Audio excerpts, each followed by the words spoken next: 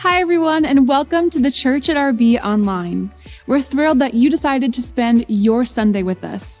If it's your first time watching, we'd love to get to know you and help you get connected here at the church. Text Hey Neighbor to 97000 and we will reach out to you.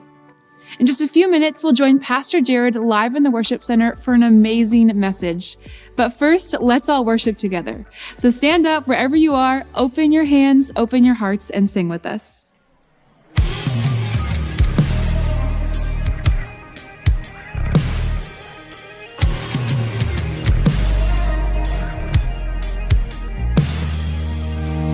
Miracles when you move, such an easy thing for you to do. Your hand is moving right now.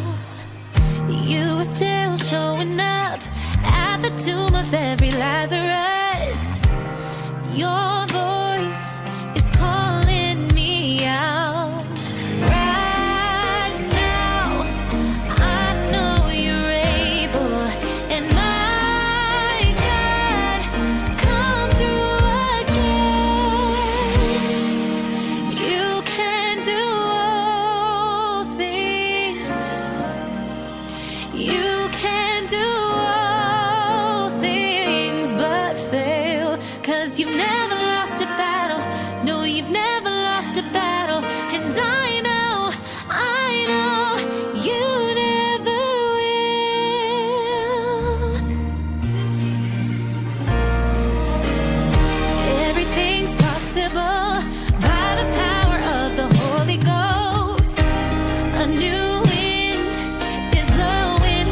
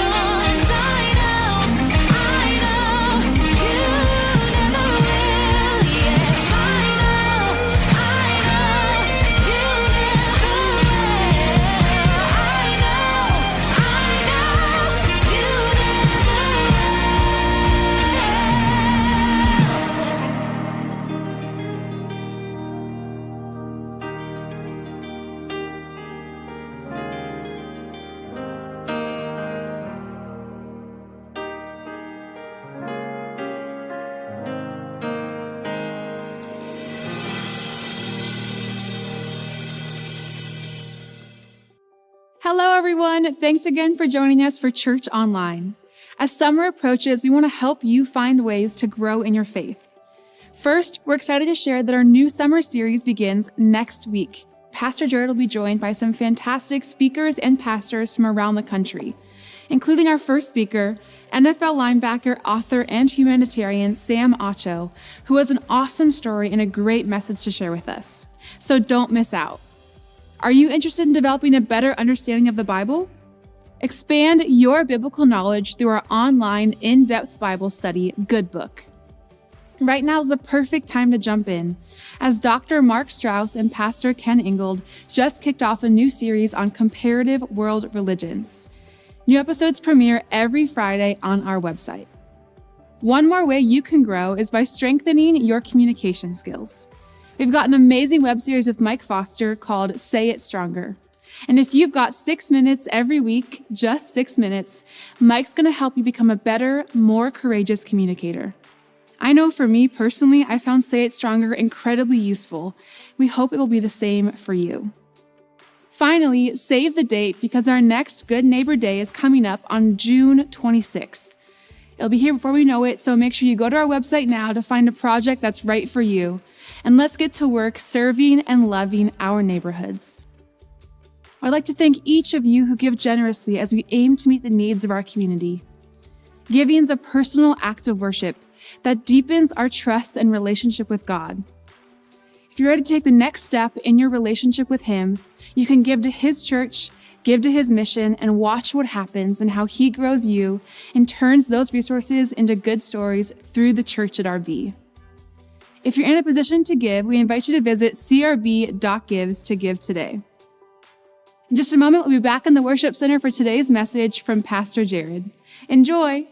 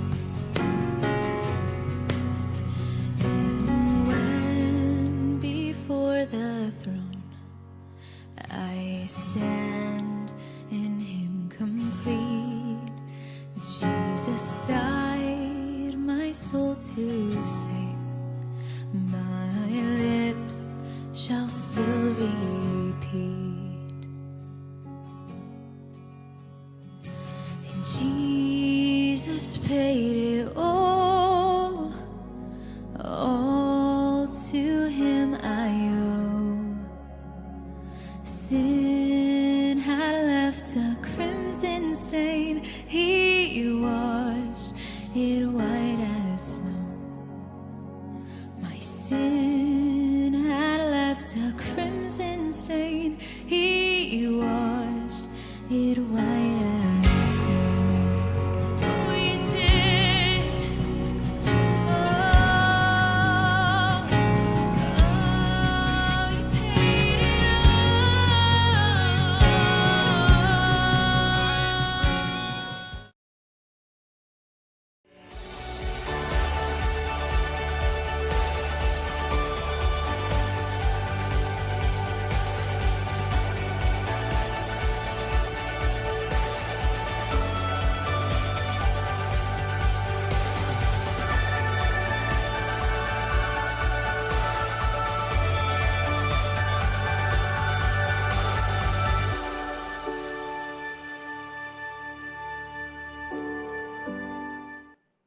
Good morning, my early bird friends.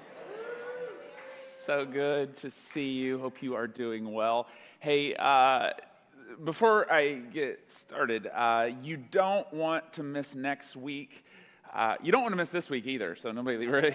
But next week, a friend of mine named Sam Acho is going to be here. We're going to begin a brand new series called Raise Your Voice. And Sam, a little bio on Sam. Sam just retired from the NFL. And I was with Sam a couple months ago in Colorado, and he was telling me his story one night over dinner, and I said, Sam, you have to come share this with our church. And so he agreed. He's going to be here next week, and you don't want to miss Sam's story. Just retired from the NFL, and he was like, well, tell me about San Diego. I said, well, we don't have an NFL team. But we do have people who are retired, and I said, so I think you're going to love it. But I'm super eager, expectant, excited for what Sam is going to bring. We ended a series last week. I can't remember the name of it now, but I'm just kidding, How to Reopen Your Life, and we're going to begin a brand new series next week, which means this week, this doesn't happen very often, I just get to talk about whatever I want to talk about, which is fun, and today I want to explore this theme of disruption. I want to talk about the God of disruption. You and I, as individuals, we are very good at planning our tomorrows.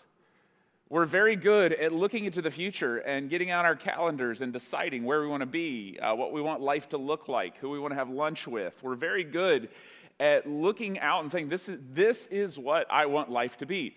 And then all of a sudden, isn't it true, there are moments that come along where the doctor calls and says, I have some information that you may need to sit down for.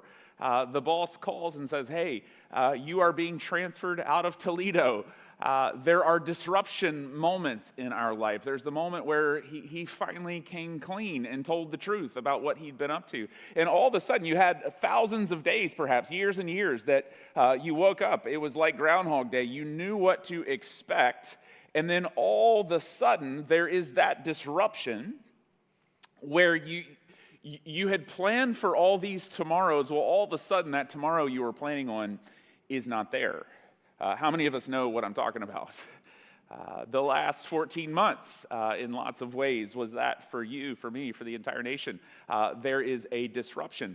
And it's something nobody ever wants. It's something nobody ever plans for. At the same time, if you and I were to go to lunch today, we can't do that because, well, there's too many of us. But if we did, and I were to say, hey, tell me your story, I would be willing to bet you would tell me a story about a series of disruptions that have led you to who you are and where you are in life. If we went to lunch, I wouldn't say, hey, tell me your life story. You wouldn't say, well, in 2014, I bought a green Honda and I still drive it. No, you would tell me about these life-changing, life-altering moments where there were disruptions, the moves, the relationship changes, the things that you did not plan on. It's the disruptions that define our story. And isn't it true? The disruptions are also the beginning of a great story. Every great film begins with a disruption. Everything I know about this, if I'm really honest with you, I learned from watching Will Ferrell movies. You didn't see that coming, did you? There is infinite wisdom in Will Ferrell films. I was reminded of this a couple of weeks ago when my two oldest sons finished their soccer season, and my oldest son's soccer coach said, okay, assignment for the end of the season, go home and watch the 2005 Oscar-winning film Kicking and Screaming, starring Will Ferrell. And every Will Ferrell movie essentially follows the same plot. He's sort of an average guy going through this sort of rote existence, and then all of a sudden some disruption happens. In the film Kicking and Screaming, he plays a vitamin salesman named Phil Weston, and Phil has issues with his father, Buck, and Phil's son, Sam, is coached on a soccer team by his father, Buck, and this creates a lot of issues. And let me just read you the dialogue because it's so great. Phil, and this is the disruption. Phil is talking to his dad, and he says, hey, Dad, I wanted to talk to you about Sam. Buck says, Sammy's a good boy. Phil says, yeah. Well, he hasn't been playing much lately because Buck is kind of a jerk and won't play his grandson Sam. And he says, I don't know if, and Buck says, stop right there. I agree with you. I have some great news. He's going to get a lot more playing time now. And Phil says to his dad, Dad, thanks. That's exactly what I wanted to hear. And Buck says, I traded him to the Tigers. And Phil said, you traded your own grandson? He says, well, I didn't actually get anything for him. This is the beginning of the disruption. And what follows, if you know the film, he meets Mike Ditka. Hilarity ensues. It's a disruption. It's the beginning of a good story. There is also the 2003 cult classic, Old School, in which he plays Frank. And he sells speakers at Speaker City, kind of going through life. This is in no way an endorsement of this film, by the way. And in fact, you probably have maybe even quoted this or heard this quoted at some point. He is at a party, and this guy's like, hey, why don't you party with us? And, well, this is what he says. He says, I can't. Besides, I have a big day tomorrow. He says, but you guys have a great time. And the party goer says, a big day? Doing what? Frank says, well, actually, pretty nice little Saturday. We're going to Home Depot, buy some wallpaper, maybe get some flooring, stuff like that, maybe Bed Bath & Beyond. I don't know. I don't know if we'll have enough time. This is a man in need of a disruption. And if you know the story, he meets Snoop Dogg. Hilarity ensues. Disruptions are the beginning of a great story. If you have a Bible, turn with me to Ezekiel chapter 47. I don't know if in the history of preaching a Will Ferrell to Ezekiel leap has ever been made. But that's why I love you, 8:30. You're going to take this journey with me. Yes. Some of you are emailing me right now. My email is black.hole@crb.org. Just kidding. Okay. The prophet Ezekiel has experienced disruption. And where everyone else in Israel sees that it's the end of the story, Ezekiel's like, no, this is the beginning of the story. This is the beginning of something really beautiful that God is up to. Now, if you were tracking with us over the last 6 weeks, we were talking about Babylon, and the people of God for 1,000 years, 900 so years, had been in Israel, and every day was predictable. They knew what to expect. Every tomorrow, it was the same thing. For 400 of those 900 years, they had a temple. They knew what to do, how to worship. They could depend on a rhythm. And all of a sudden, in the year 586, Nebuchadnezzar, BC, Nebuchadnezzar comes along and destroys the temple, destroys their way of life. All of a sudden, there is a disruption. And they're dragged off to captivity, and the prophet Jeremiah says, this is going to be for 70 years. And the people do what we do when there's a disruption. They go, the disruption is a disqualification. The disruption is the end. The best days are behind me. And this guy named Ezekiel, and there's several prophets, Jeremiah is one of them, Ezekiel is another, who declare the future to the people of God. And Ezekiel comes along, and Ezekiel says, whoa, our best days are not behind us, they're actually in front of us. That God will use this disruption to do something beautiful. And I want us to see two things today. We're going to look at Ezekiel, then we're going to go to the book of Ezra. That God uses disruption in our lives for the purpose of carving out depth in our spirit, and for the purpose of accelerating our passion for the things that really, really matter in life. And on the 25th anniversary of Ezekiel being in captivity, he gives this prophecy about the future of the nation. And they're in captivity, and it is doom and gloom, and all of a sudden Ezekiel says, whoa, our best days are ahead. If you have a Bible, Ezekiel chapter 47, starting in verse 1, this is what the prophet said. Again, this is his 25th anniversary of being in captivity. I don't know what you did on your 25th wedding anniversary, but Ezekiel offers prophecy. He says this, then he brought me back to the door of the house. And so he's seeing these visions. These are all pictures that he's getting from God. Bless you, Ezekiel said. Then he brought me back to the door of the house, and behold, water was flowing under the threshold of the house towards the east, for the house faced the east. And so what he's seeing here is the temple in Jerusalem, which currently is in rubble thousands of miles away. And he says, no, let me tell you what God is showing me. He says, as the water was flowing down from the right side of the house, from south of the altar, he brought me out the way of the north gate. So he's getting this picture of what God is going to do. He says, and all of a sudden, he leads me around, this man is leading me around this temple, and it's constructed, and it's beautiful. Something else happens. He says, by the way, it's facing the east, and behold, water was spurting out from the south side. So he's at this temple, and he starts to see water spurting out everywhere. And he says, as this man went eastward, with a measuring line in his hand, he measured off 1,000 cubits. And then he led me through water that was ankle deep. He measured off another 1,000 cubits and led me through water that was knee deep. And so the picture here is he's standing at the temple, and this vision comes that it's going to get deep and it's going to get wide. How many of us grew up in church? Deep and wide, deep and wide. There's a fountain flowing. It's not a trick. Yes. Deep and wide. And so he says, look, God is cultivating a depth. There's something. And so he keeps going in this prophecy, and he says, then this man measures off another 1,000 cubits, and he leads me through water that was knee deep. He measures off another 1,000 and led me through water that was up to my waist. He measures off another 1,000, but was now this is a river that I could not cross because the water had risen, and it was deep enough to swim in, a river that no one could cross.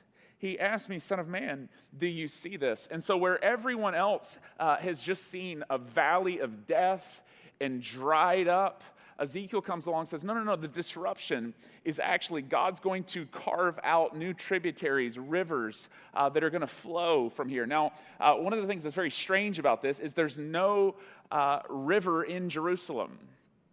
You know this from traveling. A lot of great cities are built on bodies of water. Chicago, Lake Michigan, New York, Hudson River. San Diego was obviously built here because of Lake Poway. These great bodies of water are why we place cities where they are. But in Jerusalem, there is no great river that is there. So to see this, God is showing Ezekiel there is going to be this new work, this new thing that comes through the disruption. That there is going to be a depth that is now possible. Now, the New Testament says that the temple in Jerusalem is not the place where God does his best work. The New Testament says you are the place where God does his best work. The New Testament says you are the temple. You go to work. You go to family reunions like a portable temple carrying the very presence of God. Now, the same thing that's true in the Old Testament, I believe is true in this New Testament reality, that in the same way God uses disruption in the Old Testament to cause flourishing in the place where he takes up residence, his temple. He uses disruption to carve out depth. I believe the same thing is true in our lives, that disruption forces a depth in you. It forces a depth in me. I would hope you'd look back over the last 15 months. Maybe for you, it's a disruption on top of disruption. Maybe you just moved to San Diego. Maybe you just got word that you've got to move away. There's relational disruption, whatever it is. Disruption forces a depth in our lives that was not possible before. It forces a depth in our faith. It certainly forces a depth in our friendships. I would hope, have you noticed that when you talk to people, and if you ask people the question, how are you, people have gotten really honest over the last 14 months. 14 months ago, you say, hey, how are you doing? Everyone would say, oh, we're doing fantastic.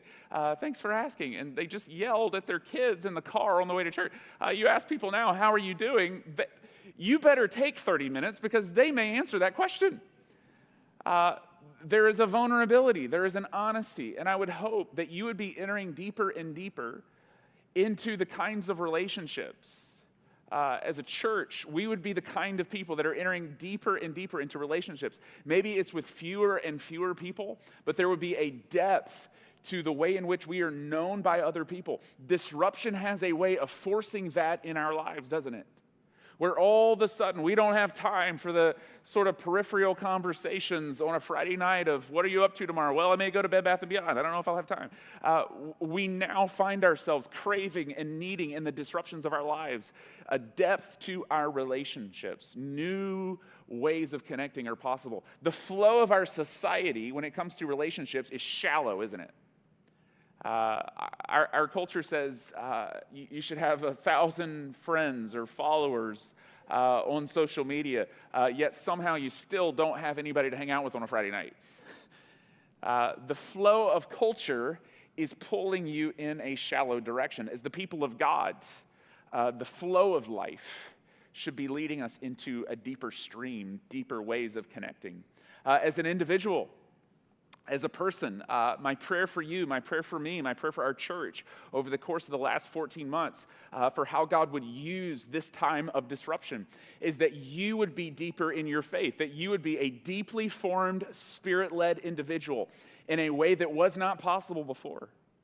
And the flow of our society, you know this from conversations, is shallow.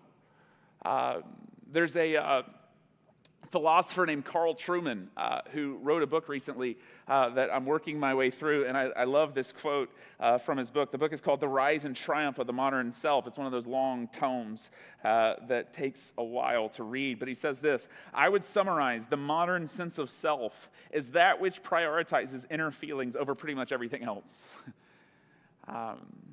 In our culture, when you have conversations with people about whatever the issue is, there is no higher law, there is no higher truth. It's just what feeling I had 5 minutes ago. And we respond and we react, and people ping off of their emotions, and certainly our emotions are valid. But as the people of God, we would strive for a depth that the chaos of life, the disruptions of life, would have forced a depth in us, that we would be deeply formed, Spirit-led people. Maybe another way to say it, in a culture that is continuing to see polarity, a polarization where people say, hey, well, here's the issue. Are you on the right of the issue, or are you on the left of the issue? That as the people of God, you would say, I don't know, I'm just trying to go deep on the issue. I'm more concerned with being a deeply formed kind of person, that God's carving out new places, new capacities in my spirit. Now you hear that, and you go, well, that sounds nice, that sounds good. How do I do that? I want to encourage you to 2 habits, 2 practices in your life to be a deeply formed, Spirit-led person. And the first is the practice of silent prayer, and the second is the practice of slowly reading the Scriptures. Silent prayer and slowly reading the Scriptures. And you say, well, what does that mean? Well, to be a person of silent prayer, here's what this would look like. Here's what I really want for you. I want you to win your day. I want you to wake up in the morning and to fight for the first 10 minutes of your day, just to spend some time in silent prayer. This is how you begin to be deeply formed by the Spirit of God. And we've used that language a lot over the last year, talking about the Spirit and its activity in our lives as the temple, as the people of God. When you carve out space for silent prayer, God has a way of speaking to you in that moment. The psalmist in Psalm 42 says, be still and know that I am God. Have you tried to be still lately? The pull of our society is to distract, to fragment your mind, to cause you to be splintered in 1,000 different ways. And when you take moments in your life in silent prayer to be still and know that God is God, there's a power to that moment. Have you tried to be still before the Lord in silent prayer? You say, why does it have to be silent? Well, there's a power to silent prayer. And I know for a lot of you go, well, I pray. But I'm not talking about praying when you're driving down the 15 going, God, help that idiot over there not be such an idiot. Or anybody else, you pray at night as you're starting to go to sleep? And anyone ever you just want to admit this, you've fallen asleep in the middle of your prayer? Anyone else? My hand's up on that one. You ever wonder what that's like if you're God? Dear Heavenly Father, thank you for this day and all the, and God's like, come on, man. You're going to make me wait till morning? There's something about waking up and carving out those moments in silent prayer. And I know what you're thinking. You're going, man, if I did that, I would get so distracted. Anyone else, while you're trying to pray, your mind, like 1,000 different ways, 1,000 different times. Listen, getting distracted in prayer does not make you a bad Christian. It makes you a human being, okay? There's a difference. Of course you're going to get distracted. The great monastic Thomas Keating, he says this, I love this. He says, if your mind gets distracted 10,000 times in 20 minutes of prayer, it's 10,000 opportunities to return to God. Just keep returning to that place. And what happens over time, those 10 minutes add up. That 10 minutes compounds, and all of a sudden there is a depth to you that was not there before.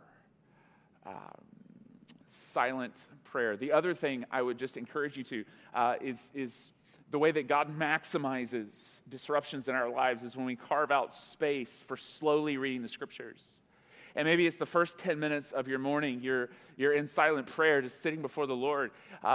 But the next 10 minutes, maybe just take some time to slowly read the scriptures. And you say, what do you mean by slowly reading the scriptures? Well, I tend to read the Bible like I do everything else in life, fast, just trying to get through it.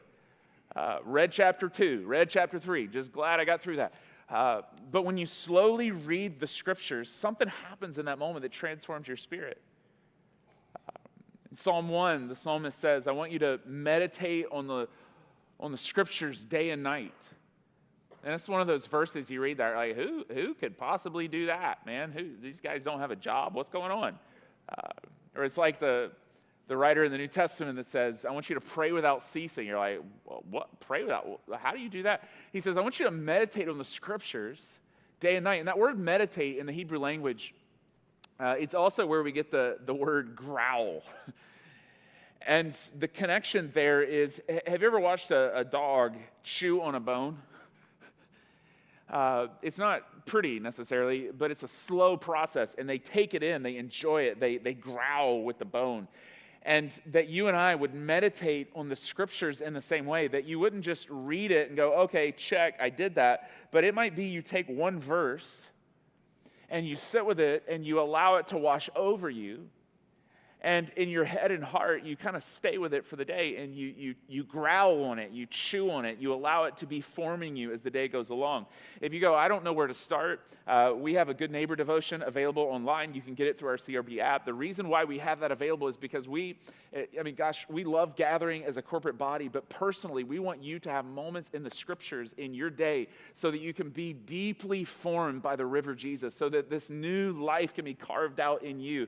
And I'm telling you, you do that and you start practicing that, and it's 3 o'clock on a Tuesday afternoon, and that moment comes, that email comes, whatever it is, and you start getting agitated. Something about the fact that you carved out those 20 minutes in the morning of silent prayer and slowly reading the scriptures, you respond differently at 3 o'clock because you've carved out space to be spirit-led and deeply formed in your habits and in your practices. And the people of God, Israel says, look, Ezekiel says, look, there's going to be a day where because of the disruption, you're actually deeper because you've gone through this. And I think that's possible for you. I think that's possible for me. And if you're in the middle of a disruption right now, you're going, I don't know what to do. There's 1,000 options. My synapses are firing. I'm not quite sure what direction to go. Life is going to pull you in a direction that is fast. To make good decisions, you have to make decisions that are slow.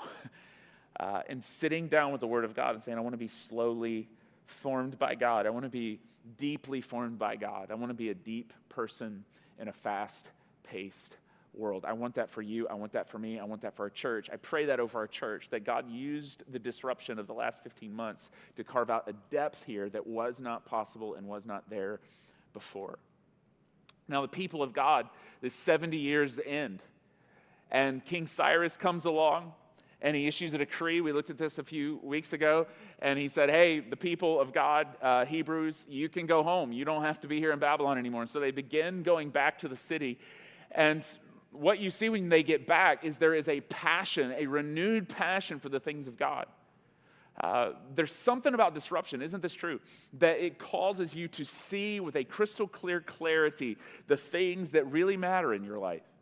And all the people, things, ways you spent money, whatever it was before, it all kind of gets pushed to the side. And this is true for the people of God. They come back to Israel, and before they build their homes, before they reconstruct the wall, they begin the process. The first thing they do under the orders of King Cyrus is they begin the work of rebuilding the temple, because there is a passion for their God and there is a passion for their faith.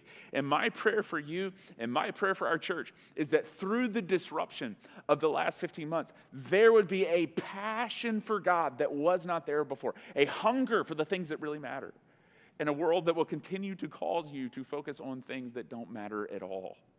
The people of God come back. Ezra tells the story, and he says this.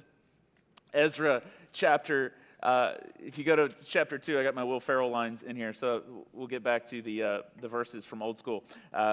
Just kidding. Ezra chapter 3, he says this. Then the people come back, and it says they gave their money to the masons and the carpenters and gave food and drink and olive oil to the people of Sidon and Tyre so that they would bring cedar logs by sea from Lebanon to Joppa as authorized by Cyrus, king of Persia.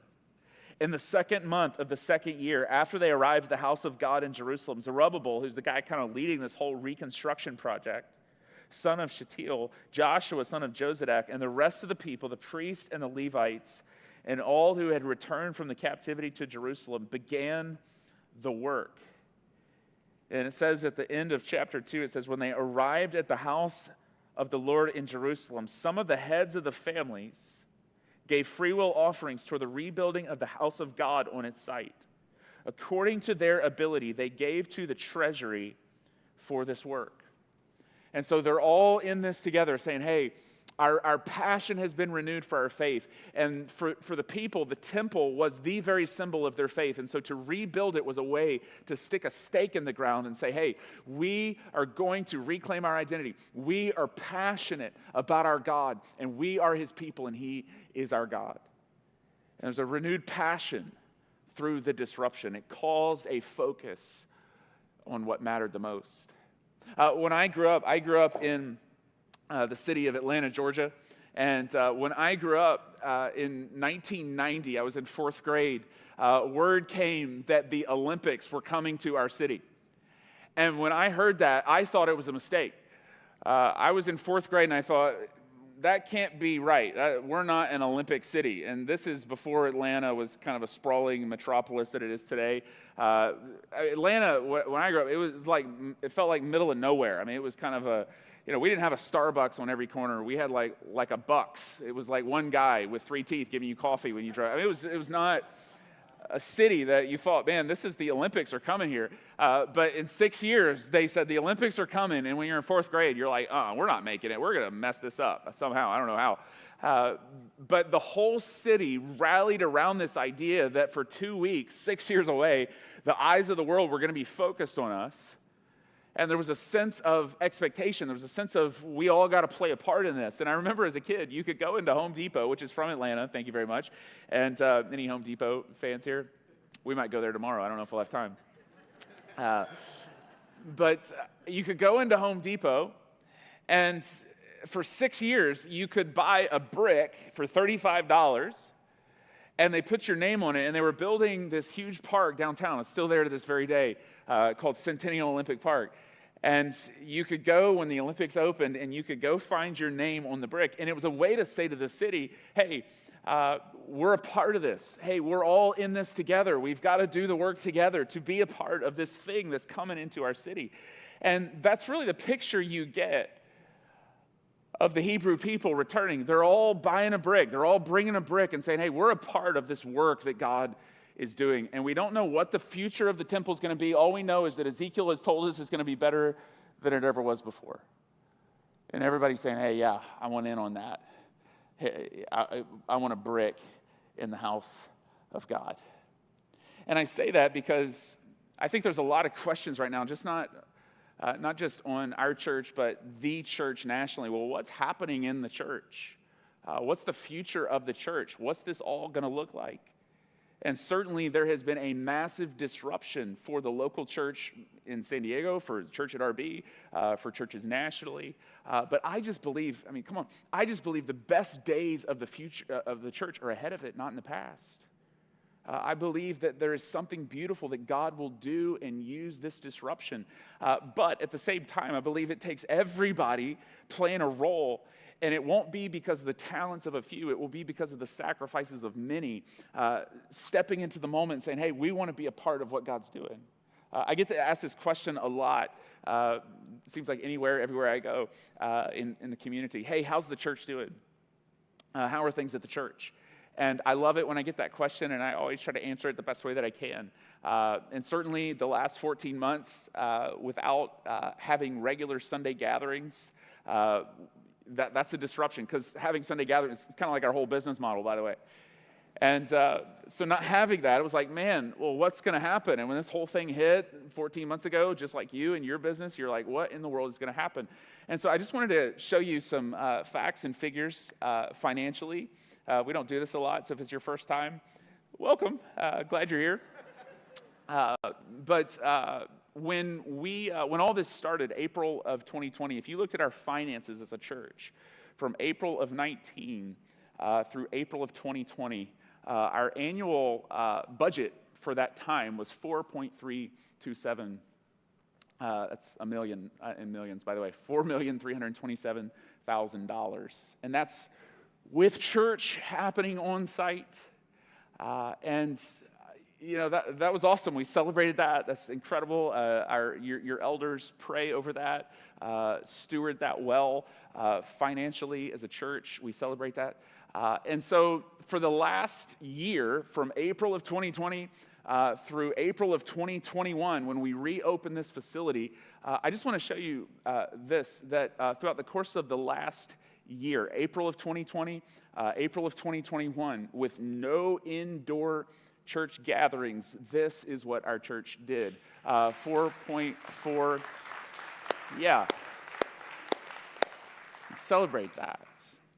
So I say that to say we've decided to cancel church for the next year. Just kidding. Here's why I tell you that.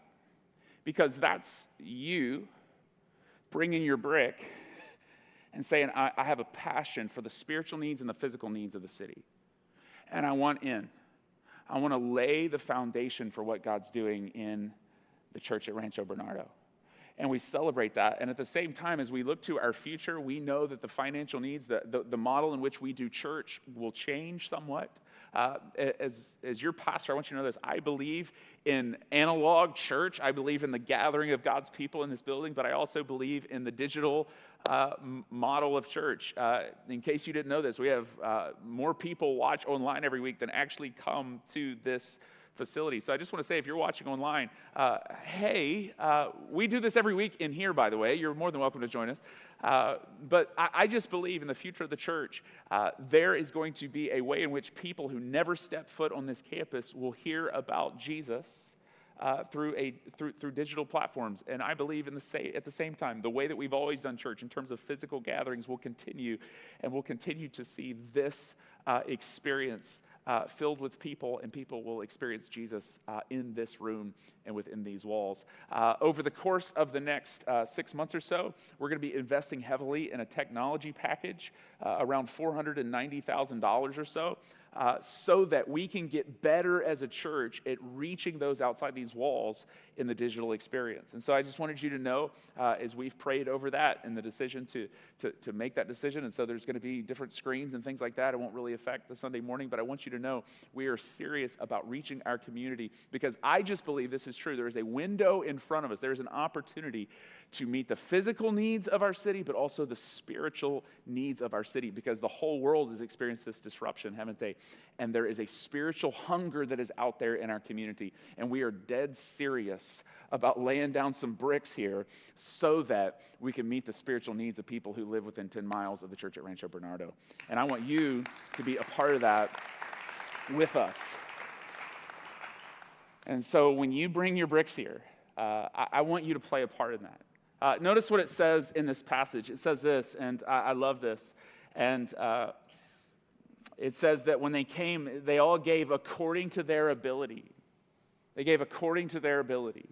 And listen, I try to walk these moments in a faithful way to the scriptures. I don't want to talk about money as a pastor in a way that says, hey, if you give $10, God's going to give you 1,000 and you'll be in a Lambo by next month, I promise.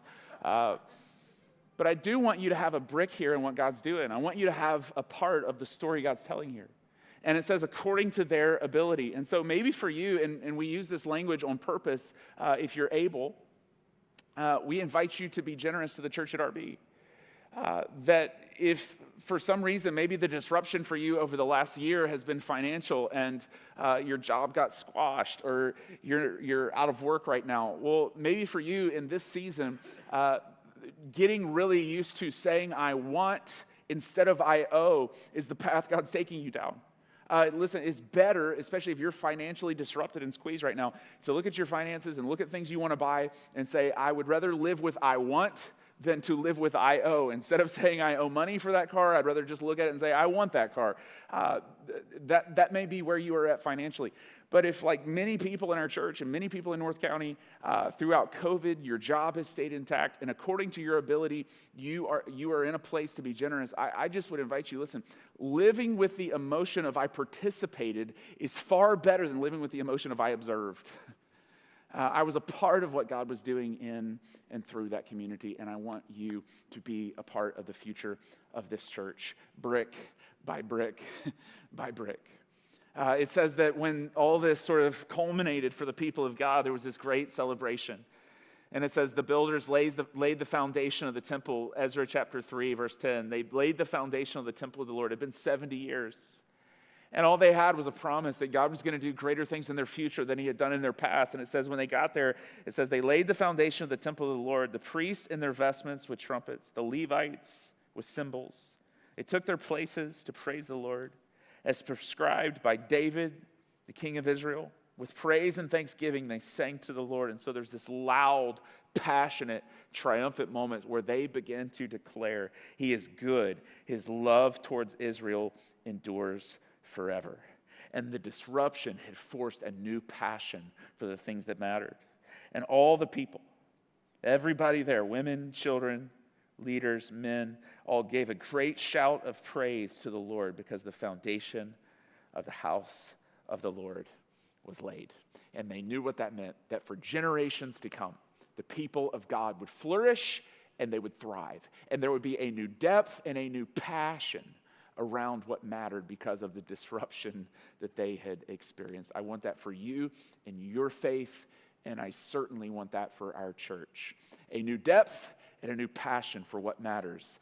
And the kind of people that would rally around and say, hey, his love endures forever, and we're a part of the story that God is telling at the church at Rancho Bernardo. DJ and the crew are going to come lead us in worship, and I want to just take a few moments that we would celebrate what God has done, but I also want us to sing with a sense of expectancy about what God is going to continue to do. Sound good, everybody? All right, let's pray. God, we thank you with a heart of gratitude. The psalmist says, when the Lord brought back the captive ones from Zion, they were like those who dreamed. Their mouths were filled with laughter, and they declared, the Lord has done great things for us. The Lord has done great things for us. And God, it is possible through disruption, personally, corporately, that we would stand in this moment in our lives and say, the Lord has done great things for us. The disruption was not the disqualification. The disruption was the beginning of a great story. And we celebrate that as the people of God. Would you continue to pour yourselves out? Would we be the kind of people who are open to how you want to use us in this city? God, would you continue to give us the confidence and the courage to stand into the physical needs, the spiritual needs of our city? The workers are few, the harvest is plenty, God. And so as a church, would we continue to be a city on a hill that cannot be hidden? Would we continue to be a lighthouse to this community? And we thank you for the work of the saints, the priesthood of all believers that come to serve the mission that you set out to accomplish 2,000 years ago. I will build my church, and the gates of hell will not overcome it. And it's in Jesus' name that we pray, and all of God's children said, amen. Grace and peace, my brothers and sisters.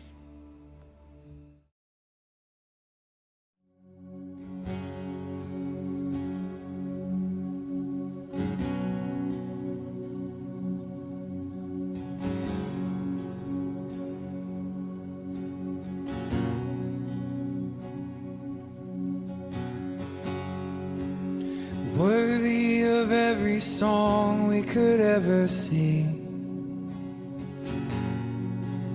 worthy of all the praise we could ever bring, worthy of every breath we could ever breathe. We live for you. Oh, Jesus. Jesus, the name above every other name. Jesus, the only one who could ever save. You're worthy of every breath we could ever breathe. We live for you. Oh, we live for you. Holy, there is no one like you. There is none beside you. Open up my eyes in wonder and show me who you are, and fill me with your heart and lead me in your love to those around me. You are worthy, God. You're worthy of every song we could ever sing. Worthy of all the praise we could ever bring. You're worthy of every breath we could ever breathe. We live for you. Oh, Jesus. Jesus, the name above every other name. Yes, you are. Jesus, the only one who could ever save. You're worthy of every breath we could ever breathe. We live for you. Oh, we live for you.